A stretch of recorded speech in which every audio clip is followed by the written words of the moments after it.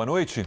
Boa noite. O presidente Jair Bolsonaro foi diagnosticado com o novo coronavírus. Ele mesmo anunciou pela TV o resultado positivo do exame. O presidente Jair Bolsonaro recebeu o resultado positivo hoje de manhã. Bolsonaro convidou veículos de comunicação para anunciar o resultado no Palácio da Alvorada. O presidente contou que começou a sentir os sintomas da Covid-19 no domingo. Começou domingo com uma certa indisposição e se agravou durante o dia de segunda-feira, com mal-estar, cansaço, um pouco de dor muscular e a febre no final da tarde chegou a bater 38 graus. Daí eu resolvi, então, com esses sintomas, com o médico da presidência apontando para a contaminação pelo Covid-19, fomos fazer uma tomografia no Hospital das Forças Armadas aqui em Brasília. Os pulmões estavam limpos, ou seja, não tinha nada de opaco, dando sinal positivo. Mas, dados os sintomas, a equipe médica resolveu aplicar hidroxicloroquina. Eu tomei no dia de ontem, por volta das 17 horas, o primeiro comprimido. Azitromicina também? Também azitromicina. Todo aquele composto foi ministrado e confesso que eu, como acordo muito durante a noite, é normal, depois da meia-noite eu consegui sentir alguma melhora. Às 5 da manhã tomei a segunda dose da cloroquina e eu confesso a vocês, estou perfeitamente bem, tá? Obviamente, as medidas que estou tomando, protocolares, é para evitar a contaminação a terceiros. Isso cabe a todo e qualquer cidadão brasileiro, independente se ele é um cidadão comum ou presidente da República. Bolsonaro afirmou que acreditava já ter sido contaminado pelo vírus, sem ter apresentado sintomas. Eu confesso que eu achava que já tinha pego lá atrás, tendo em vista a minha atividade muito dinâmica perante a população. Esse vírus é quase como, já dizia no passado, era muito criticado, era como uma chuva, vai atingir você. Alguns não, Alguns têm que tomar o maior cuidado com esse fenômeno, vamos assim dizer. O presidente Jair Bolsonaro deve permanecer isolado pelo menos até a próxima segunda-feira, quando pretende fazer um novo exame. Ele disse que seguirá o protocolo e as indicações médicas. Bolsonaro pretende manter a rotina de trabalho daqui do Palácio da Alvorada. As reuniões de hoje com os ministros Luiz Eduardo Ramos, da Secretaria de Governo, e Jorge Oliveira, da Secretaria-Geral, foram por videoconferência. O presidente analisou documentos importantes por e-mail. A primeira-dama, Michele Bolsonaro, fez o exame hoje e ainda espera pelo resultado. Servidores dos Palácios da Alvorada e do Planalto, que têm contato direto com o presidente, também deverão fazer testes. Dezenas de autoridades, entre ministros e integrantes do governo, estiveram com o presidente nos últimos dias. Os ministros Braga Neto, da Casa Civil, e Luiz Eduardo Ramos, Secretaria de Governo, já fizeram teste e tiveram resultado negativo. O tempo médio de incubação do vírus até o aparecimento de sintomas é de 5 dias. Na manhã de sábado, Bolsonaro viajou a Santa Catarina e foi recebido pela vice-governadora Daniela Reiner antes de sobrevoar as áreas atingidas por um ciclone. O presidente ainda participou de uma reunião com autoridades do estado, ao lado do ministro do Desenvolvimento, Rogério Marinho, que já recebeu o resultado negativo para o coronavírus. A vice-governadora está em isolamento e fará o exame da Covid. No próprio sábado, Bolsonaro esteve num almoço com o embaixador norte-americano Todd Chapman, em comemoração da independência dos Estados Unidos. Além dos ministros Ramos e Braga Neto, participaram do evento o chanceler Ernesto Araújo, o ministro da Defesa Fernando Azevedo e o deputado Eduardo Bolsonaro, filho do presidente. A Embaixada dos Estados Unidos no Brasil divulgou nota em que afirma que o embaixador e a mulher dele tiveram um resultado negativo. O Itamaraty informou que o exame do chanceler deu negativo. O ministro Fernando Azevedo, da Defesa, aguarda o resultado. No fim da tarde de sábado, Bolsonaro ainda se encontrou com um grupo de motociclistas no Palácio da Alvorada e houve aglomeração.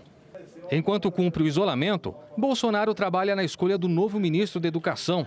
Sem citar um nome, o presidente adiantou a conversa que teria com um possível indicado. Não posso falar porque o mundo cai na cabeça desse favorito, Todo mundo vai para cima dele, até o que ele fez quando tinha 5 anos de idade. E eles sabem disso. Eu espero hoje, vou ter mais um contato com um candidato do estado de São Paulo, talvez seja ele. Temos como reserva até o major Vitor Hugo, que é líder do governo na Câmara. Confiança em primeiro lugar, você não pode fugir disso daí. O ministro da Economia, Paulo Guedes, fez um teste para coronavírus na semana passada. O resultado foi negativo e ele não apresenta sintomas. Veja agora outros destaques do dia. Jornais do mundo repercutem o diagnóstico do presidente Bolsonaro. Brasil terá gasolina melhor e mais cara. Novo ciclone traz chuva e vento em Santa Catarina. Pesquisa brasileira relata ter eliminado HIV de paciente com AIDS. Trump planeja revogar vistos de estudantes estrangeiros. Estados Unidos começam a sair da OMS.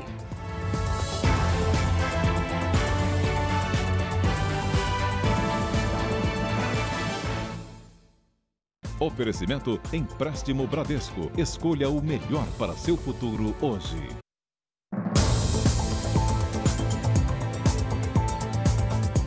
A Justiça Militar de São Paulo começou a ouvir hoje as testemunhas de acusação de um homicídio em que 8 policiais são os acusados. Em abril deste ano, os PMs abordaram um vendedor que foi encontrado morto 2 horas depois. A namorada de Davi Nascimento dos Santos acompanhou a audiência virtual no escritório do advogado. Entre os acusados estão 2 sargentos, 3 cabos e 3 soldados. Davi foi morto aos 23 anos em abril. Ele havia saído de casa para buscar um lanche. Imagens de uma câmera de segurança mostraram o momento em que o jovem foi abordado pelos policiais. Ele é revistado e colocado no banco de trás da viatura. O corpo do rapaz foi encontrado em um hospital da Grande São Paulo 2 horas depois. No boletim de ocorrência, os PMs alegaram que foram surpreendidos por um homem e houve troca de tiros. Ele foi baleado e levado ao hospital. Na hora que a gente abriu, a gente pegou a jaqueta dele que ele estava vestido e tinha marca de tiro só nas costas. Aqui na frente não tinha nada. Tinha um na nuca, tinha várias nas costas, assim. Semana antes dele morrer, 1 semana, ele deitou comigo na cama, falou assim: eu sei que tem um bebezinho aí dentro da sua barriga. Passou a mão, beijou. E ele morreu no dia 24, no dia 26 eu descobri que eu estava grávida dele. O Davi foi revistado, ele foi abordado, ele levantou a camiseta e não estava no poderio de nenhuma arma de fogo. Segundo dados da Secretaria de Segurança Pública, o número de pessoas mortas por policiais militares durante confrontos no estado de São Paulo cresceu 6% em maio, em comparação ao mesmo período do ano passado. No acumulado do ano já são 442 mortes. Isso é muito mais do que todos os homicídios dolosos, quando há intenção de matar, registrados na capital neste ano. 299 mortes. Quando detectado isso, detectado o fenômeno de ilegalidade, de abuso, desrespeito ao direito humano, o Estado tem que ser implacável. Tem que ir na raiz para punir exemplarmente essas pessoas, né? Para exatamente fazer com que a população confie no sistema de segurança pública no estado de São Paulo. Uma grande quantidade de pedidos de benefício por invalidez chamou a atenção da Polícia Federal. E os agentes descobriram uma fraude que já causou um prejuízo de 13 milhões de reais ao INSS. Os agentes buscaram provas em 23 endereços ligados aos suspeitos na capital paulista, Guarulhos e Caieiras, na região metropolitana, e no sul de Minas Gerais, na cidade de Poços de Caldas. O INSS suspeitou da quantidade de ações judiciais com o mesmo objetivo em Cubatão, na Baixada Santista: a concessão de benefícios por incapacidade. Advogados, intermediários e médicos fariam parte do esquema. As pessoas cooptadas pela quadrilha, mesmo sem problemas de saúde, alegavam ao INSS que estavam incapacitadas para trabalhar. Quando os pedidos eram negados, recorriam à justiça para receber os benefícios. Todos os processos na mesma cidade. Era aí que entrava o médico perito envolvido no esquema. Contratado para fazer uma análise independente, ele atestava a incapacidade dos trabalhadores e enganava a justiça, que mandava o INSS conceder as aposentadorias. Era o mesmo grupo de advogados que ingressavam em determinadas comarcas onde um determinado perito atuava. Na casa de um dos médicos foram encontrados 300 mil reais em dinheiro. A Polícia Federal identificou mais de 600 casos de benefícios que teriam sido obtidos com a fraude. Um prejuízo de 13 milhões de reais para a Previdência. 20 suspeitos são investigados por crime previdenciário, organização criminosa, corrupção ativa e passiva. Na operação não houve mandados de prisão. Há indícios de que o mesmo esquema pode ter ocorrido em outras cidades. Essa fragilidade do sistema pode ter sido replicada em vários pontos do Brasil. Uma pesquisa brasileira mostrou resultados positivos e pode abrir caminho para uma possível cura da AIDS. O paciente que tomou uma combinação de medicamentos está sem sinais da doença há quase 1 ano e meio. Quase 8 anos depois do diagnóstico de HIV, o alívio improvável. Eu estou muito emocionado porque, assim, é uma coisa entre milhões de pessoas que querem, que desejam, almejam não ter o vírus no organismo. É um presente de vida, isso é uma segunda chance de viver. O paciente de 35 anos que não quer se identificar está sem o vírus da AIDS há 17 meses. Ele faz parte de uma pesquisa da Unifesp, a Universidade do Estado de São Paulo, liderada pelo Dr. Ricardo Dias e pela pesquisadora Leila Giron. Agora, expandir esse paciente, não deixar ele ser N igual a 1. A gente quer que ele seja... A gente quer aumentar isso para um grupo e é justamente o que a gente vai fazer agora. O tratamento usou uma combinação de medicamentos. O problema do HIV é que ele tem um reservatório, ele fica na célula de um jeito que a gente não sabe qual célula do corpo tem esse vírus. Então, quando a gente dá essa droga, o HIV consegue se replicar. E a partir desse momento que o vírus consegue se replicar, o sistema imune consegue enxergar essa célula. Agora os pesquisadores vão acompanhar o paciente por mais tempo para ter certeza que o vírus não vai voltar. Só assim será possível dizer que ele está curado da AIDS. Mas o estudo brasileiro já provoca euforia na comunidade científica internacional. É a primeira vez que o HIV é eliminado sem um tratamento de risco. 2 outros homens conseguiram se livrar do vírus da AIDS no passado, mas para isso enfrentaram um perigoso transplante de medula. É um marco muito importante e para nós brasileiros é um orgulho, né? E a gente tem que torcer muito para que isso permaneça assim, que realmente o paciente esteja curado. Tomara. A partir do próximo mês, o Brasil terá uma nova gasolina. O combustível será mais caro, mas o tanque cheio vai render mais. O Renan já foi parar na oficina mecânica várias vezes, pelo mesmo motivo. Hoje a nossa gasolina é muito ruim. Eu já tive um problema de uns 3, 4 vezes com o meu carro por causa de gasolina ruim. Nessa oficina, 80 carros em média são consertados por mês devido a problemas provocados pelo combustível.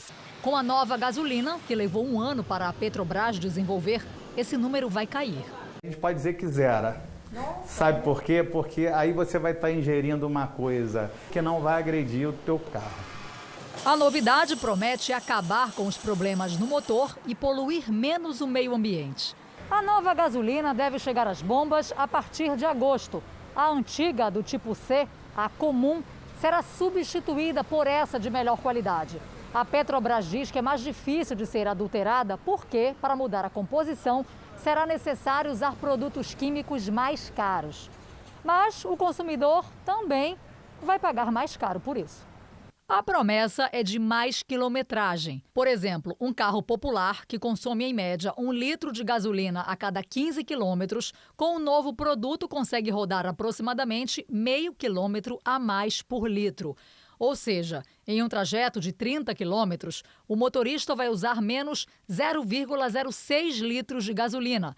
Com a economia, é possível andar mais 1 quilômetro todos os dias com o mesmo volume de combustível. O que tem essa nova gasolina, né? É uma gasolina de melhor qualidade e maior rendimento. Ela vem com propriedades, com parâmetros que não eram exigidos até agora das gasolinas brasileiras. A gente podendo utilizar uma gasolina padrão que tem uma melhor qualidade e mantenha o preço, talvez um pouco mais, mas com uma melhor qualidade, eu acho que vai ser muito bom. Vamos aos números de hoje da pandemia do coronavírus no Brasil. Segundo o Ministério da Saúde, o país tem 1.668.589 casos de Covid-19, com 66.741 mortos. Foram 1.254 registros nas últimas 24 horas.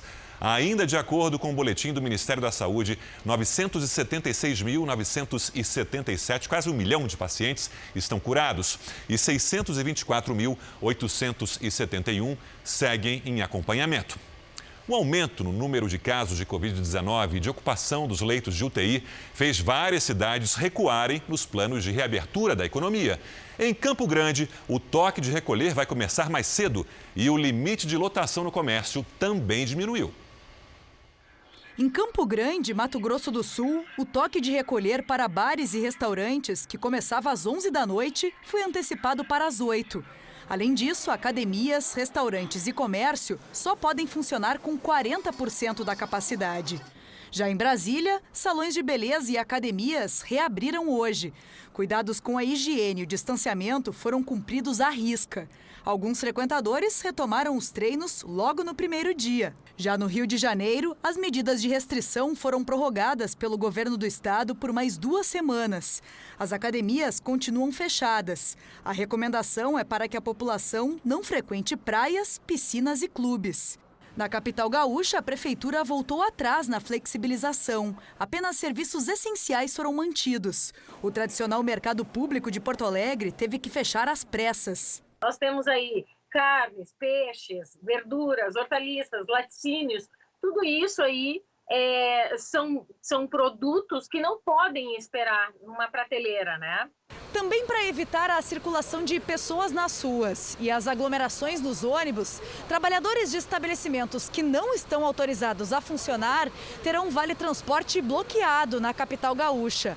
A medida, que começa a valer a partir desta quinta-feira, terá duração de 15 dias e deve afetar cerca de 130 mil passageiros. O objetivo da Prefeitura de Porto Alegre é atingir 55% de isolamento social. A taxa hoje é de cerca de 44%. Uma família do interior da Bahia foi exposta a riscos de contágio da Covid-19 por causa de um erro no atestado de óbito. O velório não seguiu as regras de prevenção para vítimas do coronavírus. No atestado de óbito, a causa da morte é apontada como pneumonia. Por isso, o corpo de seu Valdomiro José de Almeida, de 80 anos, foi velado durante cerca de 40 minutos com o caixão aberto.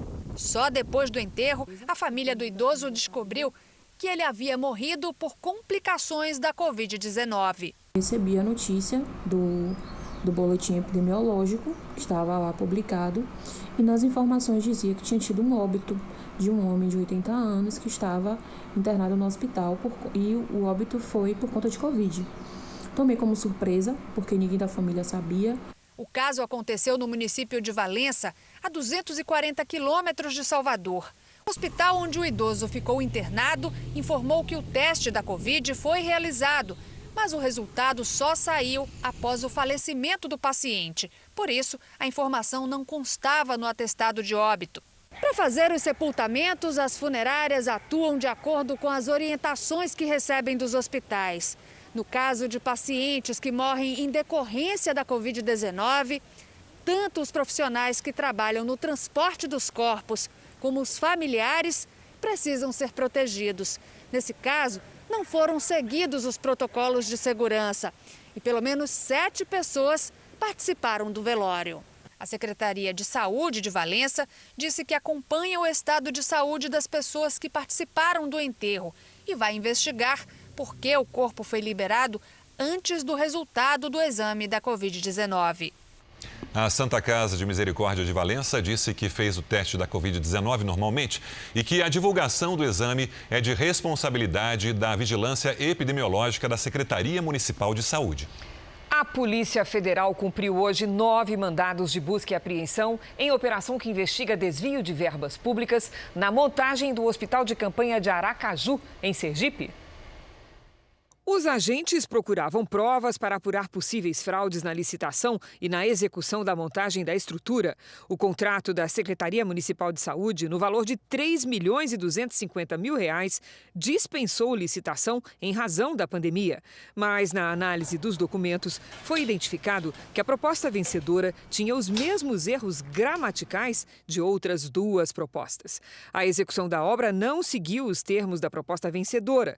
Não havia instalações instalações elétricas, hidráulicas e sanitárias, como previsto no projeto.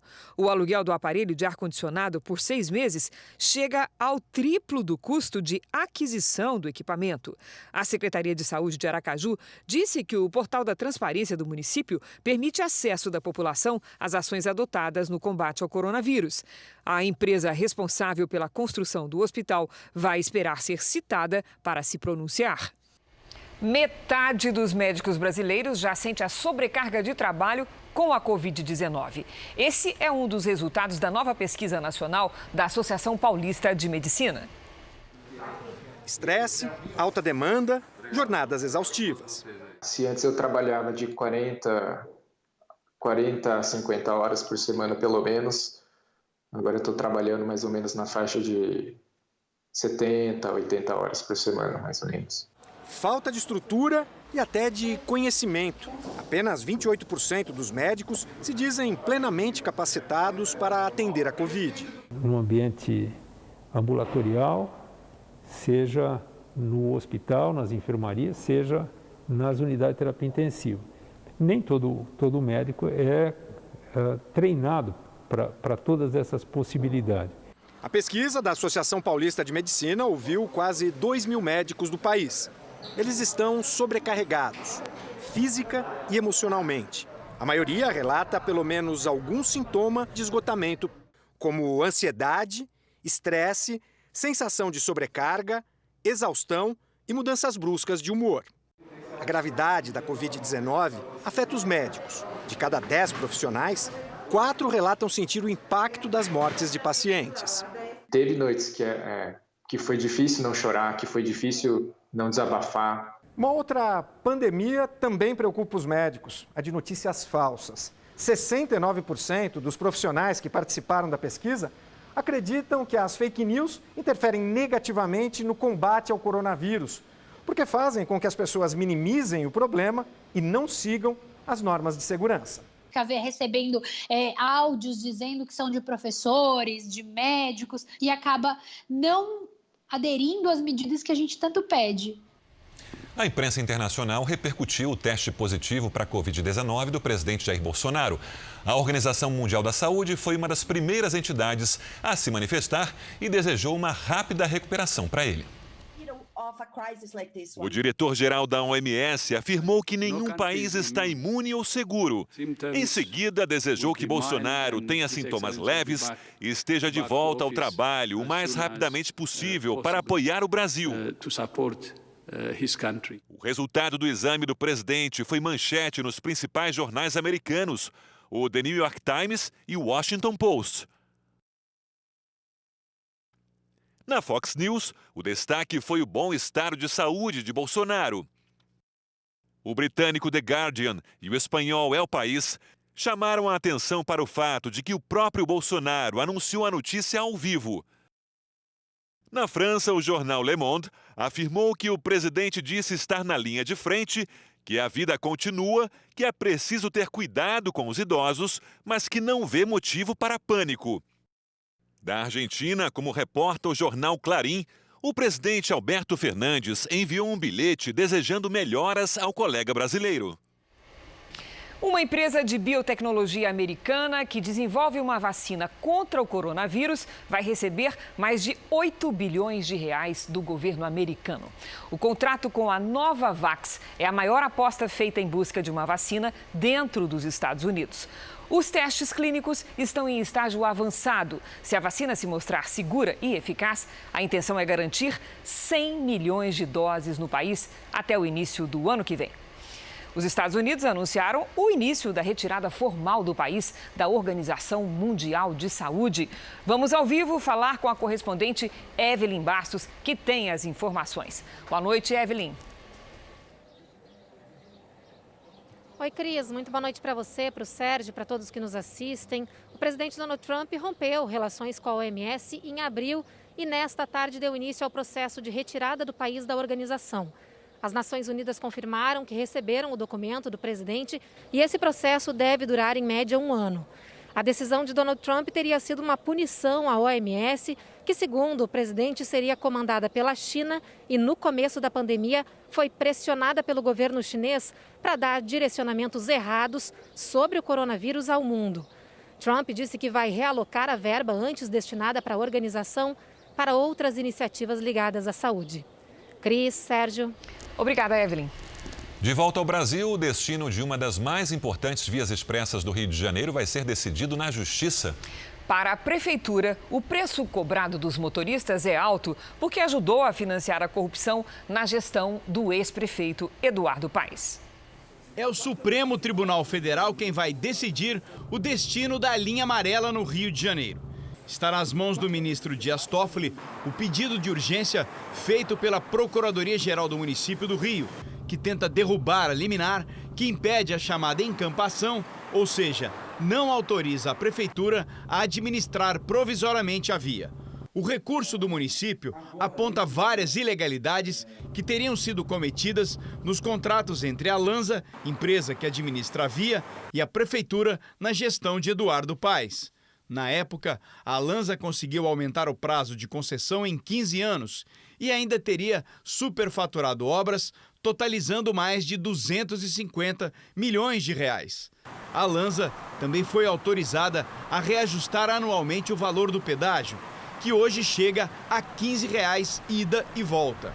Segundo o procurador do município, delatores da Lava Jato procuraram a prefeitura e revelaram que o sobrepreço de obras foi combinado durante a gestão de Eduardo Paes. Agora nós tivemos a certeza, através do depoimento, que bate com várias outras condenações já feitas no âmbito da Operação Lava Jato, o mecanismo é exatamente o mesmo, ou seja, prática de sobrepreço para gerar recursos para pagamento de propina para agentes públicos e, inclusive, para os próprios executivos das empreiteiras. O Jornal da Record conversou com um desses delatores, que admitiu o dinheiro do pedágio pagou diferentes formas de propina. Almoço, carro, gasolina, empregados, funcionários e até saídas com prostitutas. Diante dessas denúncias, o presidente do STF, ministro Dias Toffoli, vai analisar o processo e, se autorizado, o controle da via que liga a Barra da Tijuca aos bairros da Zona Norte do Rio será feito pela Prefeitura até o fim da concessão. A decisão do Supremo Tribunal Federal pode ir além da troca na administração da linha amarela. Estará em jogo também uma antiga reivindicação dos motoristas, a revisão nos valores cobrados no pedágio. Os processos vão continuar, a perícia vai ser feita, mas enquanto isso, o usuário vai passar a pagar R$ 2 em um sentido só, que é o preço que a prefeitura pretende cobrar após a efetivação da encampação. Não é razoável que até a discussão se encerrar, todo esse cenário de propinoduto continue sendo custeado pelo usuário. O ex-prefeito Eduardo Paes informou que as variações de reajustes do valor do pedágio foram praticamente iguais à inflação do período. A concessionária Lanza vai aguardar a decisão judicial para se pronunciar. Na China, pelo menos 21 pessoas morreram depois que um ônibus de viagem caiu em um lago. As imagens mostram o momento que o motorista perde o controle. O veículo atravessa a pista e cai no lago. O ônibus transportava estudantes que iriam participar de um vestibular. As causas do acidente não foram reveladas. A polícia turca deteve um navio cargueiro que transportava centenas de imigrantes ilegais no Mar Egeu. Mais de 270 pessoas estavam na embarcação que saiu do oeste da Turquia. Elas vinham de países como Síria, Irã, Afeganistão, Bangladesh e Somália, quase todos lugares em guerra. A intenção era chegar ao continente europeu. 8 pessoas foram detidas por envolvimento em tráfico humano. Veja daqui a pouco. Mulher grava vídeo para denunciar abuso dentro de trem. E ainda a polícia prende quadrilha internacional de tráfico de drogas em Manaus.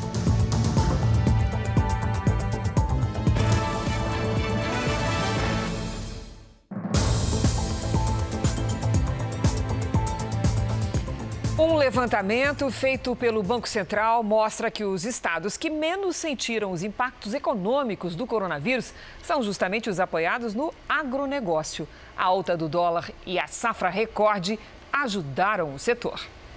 Para o Gabriel, não existe crise.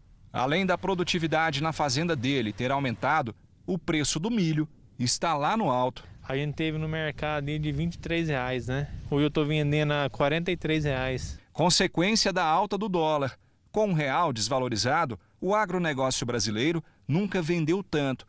Mesmo com a pandemia, de janeiro a maio, o setor primário do Brasil exportou 210 bilhões de reais, quase 8% a mais que no mesmo período do ano passado. Além das exportações em alta, em 2020, o Brasil deve ter a maior safra da história. São fatores que contribuíram para que os estados em que o agronegócio é a base da economia sofressem menos com a crise gerada pelo coronavírus. De acordo com o índice feito pelo Banco Central em 3 estados brasileiros, nos meses de março e abril, Goiás foi o que teve menos retração da atividade econômica. Bahia e Pará vêm a seguir. O Amazonas foi o estado que mais sentiu o impacto da crise. O presidente da Federação da Agricultura e Pecuária de Goiás destaca que o agronegócio é o único segmento da economia que tem gerado emprego em 2020. Hoje no Brasil nós praticamente temos mais desempregados do que empregados. Mas mesmo assim o agro ele conseguiu dar números positivos e mostrou mais uma vez que na geração de empregos também o agro ele conseguiu trazer resultados positivos. A Câmara dos Deputados manteve o texto base da medida que desobriga escolas e faculdades de cumprir este ano a quantidade mínima de dias letivos estabelecida pelo Ministério da Educação. A medida provisória vai agora para votação no Senado. Já o Senado aprovou o projeto que garante o pagamento pela União de indenização a profissionais de saúde incapacitados pela Covid-19 ou a dependentes em caso de morte. O projeto volta para a Câmara porque sofreu mudanças. O presidente Bolsonaro vetou a prorrogação até 2021 da desoneração da folha de pagamentos para empresas de 17 setores da economia. A proposta foi incluída pelo Congresso na medida provisória da redução da jornada de trabalho e salário. Pelas regras da Constituição, se desejarem, os parlamentares podem derrubar o veto em até 30 dias. O senador Flávio Bolsonaro prestou depoimento hoje no Ministério Público do Rio. Os procuradores apuram operações financeiras suspeitas no gabinete de Flávio Bolsonaro, filho do presidente, quando ele era deputado estadual no Rio. As investigações querem saber se o dinheiro supostamente movimentado pelos funcionários do gabinete do então deputado era lavado numa loja de chocolates da qual Flávio Bolsonaro era sócio e na compra de imóveis. Os depoimentos de hoje foram tomados por videoconferência. O advogado de Flávio Bolsonaro disse que o depoimento foi pedido pela própria defesa e reafirma que ele não praticou qualquer irregularidade e confia na justiça. Veja a seguir: policiais militares são acusados de atirar em pessoas e ferir 2 rapazes em festa de família. E também novo ciclone causa chuva, vento e nuvem que engole cidade no sul do país.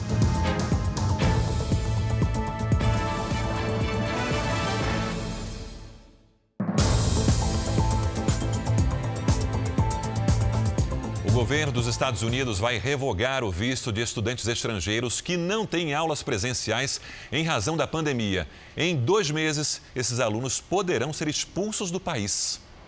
Por causa da pandemia, muitas universidades americanas passaram a realizar aulas online. E pelo menos 9% delas, incluindo Harvard, já anunciaram que pretendem manter as aulas virtuais no próximo semestre, que começa em setembro. Mas o governo americano anunciou que vai suspender os vistos dos estudantes estrangeiros com aulas temporariamente transferidas para o formato à distância. A medida deve afetar mais de 1 milhão de estudantes matriculados em quase 9 mil escolas e universidades de todo o país. Segundo o Departamento de Estado, eles têm até 2 meses para deixar os Estados Unidos ou transferir seus cursos para universidades que vão reabrir com aulas presenciais. Caso contrário, podem ser deportados. A decisão pegou a brasileira Mariane de surpresa.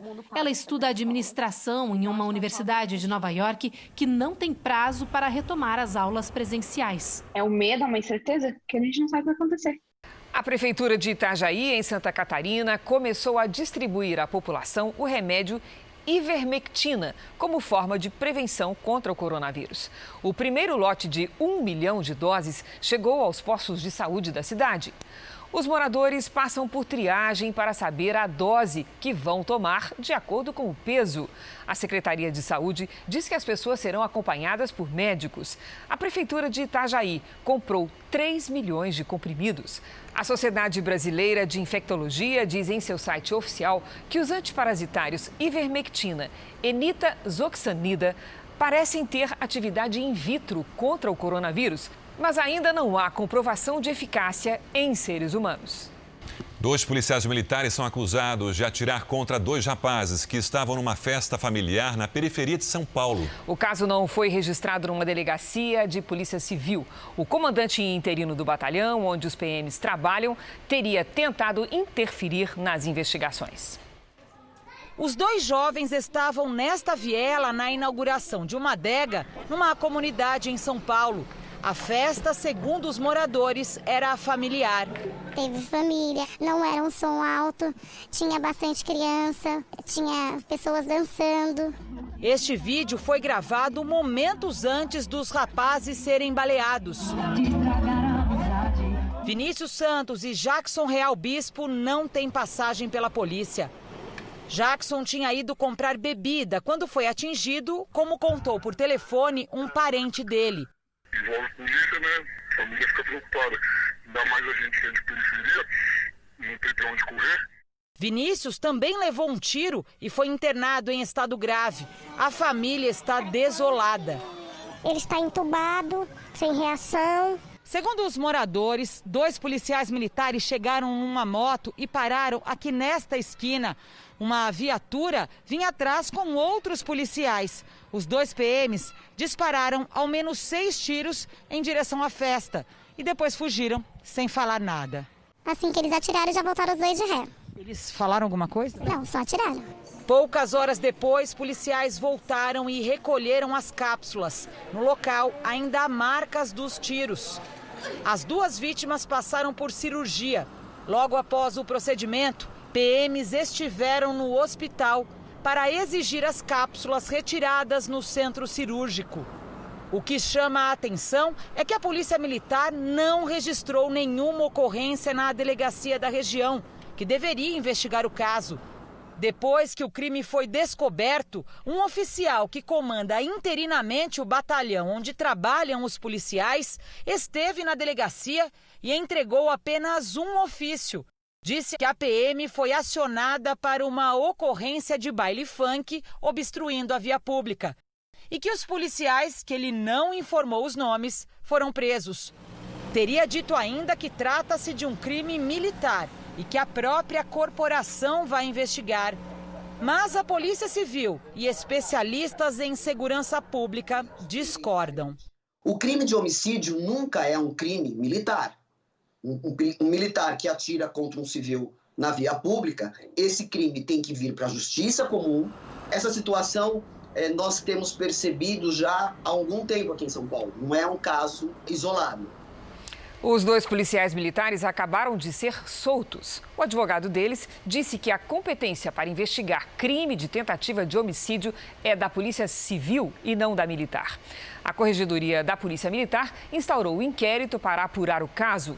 A Ouvidoria das Polícias do Estado de São Paulo informou que também vai acompanhar as investigações.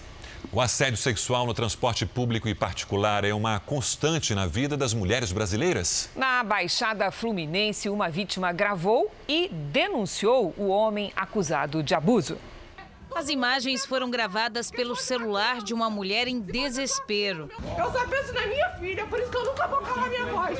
Então pronto, me respeita. O homem que esconde o rosto é acusado de assédio e de praticar um ato obsceno contra a passageira dentro do trem. Tô filmando a tua cara e eu vou te denunciar. Porque se você merece, você não fez com mais ninguém. Larissa teve coragem.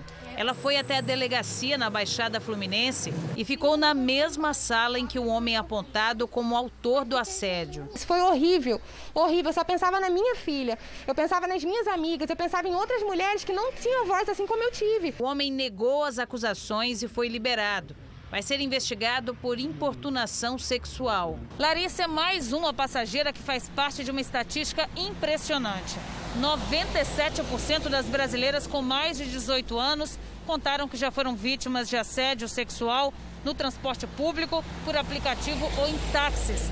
A região sudeste é a que concentra o maior número de denúncias do país. Jacira foi uma das responsáveis pela pesquisa que ouviu mais de 1.000 brasileiras. Em comum, o medo de denunciar. A maioria não se sente confiante o bastante para ir denunciar e ver uma resposta positiva de acolhimento e também de penalização desse assediador. Isto é um ir e vir que exige liberdade, que exige respeito. Eu compartilhei a minha história nas redes sociais porque eu queria realmente que as mulheres falassem, não se calassem, denunciassem. Fiz isso para ver se a gente conseguia mudar esse quadro. Nas plataformas digitais do Jornal da Record, você encontra outras informações sobre como denunciar um assédio. Também são frequentes os assaltos a motoristas de aplicativos em grandes cidades brasileiras. Em Porto Alegre, uma mulher teve um desfecho pior. A motorista foi sequestrada. Foram mais de 5 horas neste cativeiro, numa casa abandonada. Os criminosos chegaram a enviar um vídeo à família da vítima. Vou mostrar que isso está bem, daí eu mando para eles ali, até para eles verem o mundo do dinheiro de uma vez, tá? Câmeras de segurança registraram o momento do sequestro. Os criminosos chegam neste carro prata. 3 homens descem e correm em direção à vítima, motorista de aplicativo. Ela está no carro preto, encoberto por uma árvore. O que parecia um assalto, logo se revelou uma situação pior. Eles ficaram muito mais tempo comigo. E tentando, de tudo que é jeito, assim, tirar mais dinheiro. Rendida, a mulher foi levada para o cativeiro, onde ocorreram ameaças. Os sequestradores exigiam uma quantia em dinheiro para que ela fosse libertada em segurança. Enquanto a família negociava com os criminosos, a polícia tentava descobrir o paradeiro da vítima. A investigação apontou para um local de difícil acesso na zona sul de Porto Alegre. Ao chegar lá, no entanto, a vítima não estava mais. Havia sido levada para sacar dinheiro no banco. Os agentes conseguiram então localizar o carro dos criminosos e libertaram a vítima. 2 dos envolvidos foram presos na tentativa de fuga. A polícia segue procurando por outros 3 suspeitos de participação no sequestro. No Amazonas, a Polícia Federal desarticulou parte de uma quadrilha ligada ao tráfico internacional de drogas.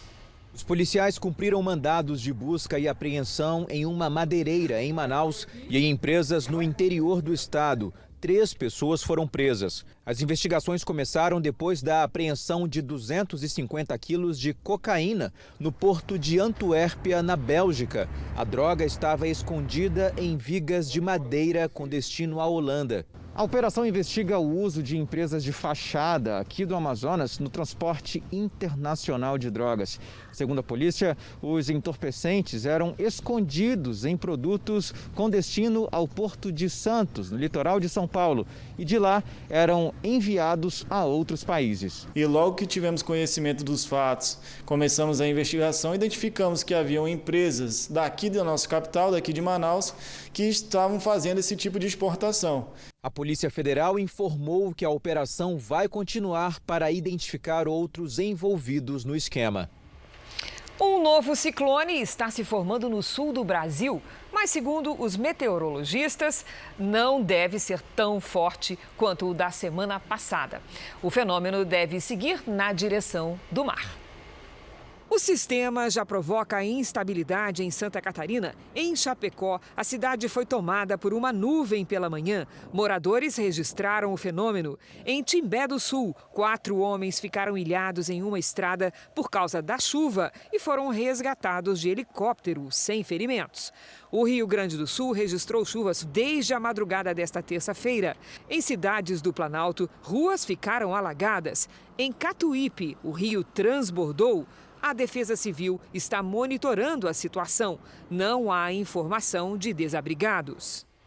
É hora de saber com a Lidiane qual é a previsão do tempo para as próximas horas. Boa noite, Lidiane. Esse ciclone não chega aqui não, né? Não, viu? De forma bem levinha, viu, Cris? Essas imagens que nós acompanhamos agora já são um anúncio do ciclone. Boa noite para todo mundo. Os ventos no sentido horário avançam neste momento para o oceano e no mar, aí sim, ganham intensidade. É assim que se forma um ciclone. Vale destacar que esse fenômeno é forte, mas não se compara ao da semana passada. Tem alerta para ventania com rajadas de até 90 km por hora entre o Rio Grande do Sul e São Paulo. Ondas de 3 metros e risco para alagamentos na costa gaúcha e catarinense. No Paraná, tem chance de granizo. Agora, do Acre até o litoral do Nordeste, pancadas rápidas. Em toda a área clara, faz sol. A secura aumenta muito na região central. Algumas cidades de Mato Grosso e de Minas Gerais não recebem chuva há quase 3 meses. Cuiabá amanhã será a capital mais quente, com 35 graus. Já Porto Alegre é mais fria, com máxima de 14. Em Vitória e em Aracaju, 28 graus. Em Belém chove à tarde e faz 32 graus. Em Campo Grande, o tempo muda à noite, máxima amanhã de 24. Em São Paulo e no Rio de Janeiro, máximas de 26 e 33 graus, sem chuva, Cris. Obrigada, Lid. Boa noite para você. Até amanhã. Foram divulgadas hoje imagens de uma tromba d'água que atingiu uma cidade do Pará no último domingo. O fenômeno durou cerca de 2 minutos e foi registrado por moradores do município de Muaná, no arquipélago de Marajó. Segundo meteorologistas, esse tipo de tromba d'água ocorre com frequência durante o verão amazônico. Ele se forma sempre quando há muito calor, combinado com muita umidade atmosférica. Ninguém na região ficou ferido. 7 em cada 10 moradores do Pará estão endividados. É o que aponta uma pesquisa da Federação do Comércio, divulgada nesta terça-feira. O que já era difícil ficou ainda pior com a pandemia. No Brasil, 12% da população estão inadimplentes. Carmen voltou a trabalhar depois de ficar desempregada na quarentena. Mas o serviço ainda é pouco. A diarista só está com um dia da semana ocupado. Antes da pandemia, estava tudo correndo bem, né? Mas depois que ela veio, estragou tudo. Sem dinheiro, as contas acumulam. As de água e luz estão atrasadas desde março. O cartão de crédito já está estourado. Realidade que não é só da dona Carmen. Um levantamento divulgado hoje pela Federação do Comércio do Pará aponta que mais de 70% dos moradores do estado estão endividados. 11% a mais que no início do ano. O estudo apontou também que mais de 1/3 da população está com as contas atrasadas. Números que foram agravados pelo coronavírus. A pandemia, ela lançou um novo fenômeno no Brasil, uma rede de endividamento. E, por tabela, uma diminuição considerável do planejamento financeiro, sobretudo das famílias.